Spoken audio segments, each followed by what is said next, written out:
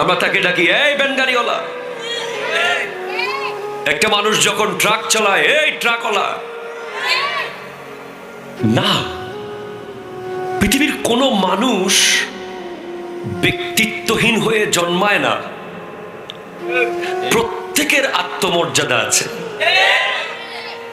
সে যদি রিক্সা চালায় বুঝতে হবে হয়তো সে ছোটবেলায় বাবা হারিয়েছে,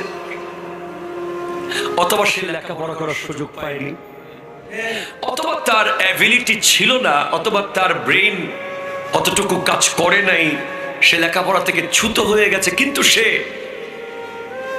রিক্সা শখে চালাচ্ছে না, সে পেটের দায়ে রিক্সা চালায়। ঠিক কিনা বলেন? আপনার কাছে তার ইজ্জত না থাকতে পারে,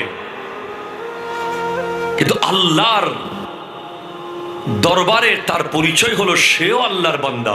ঠিক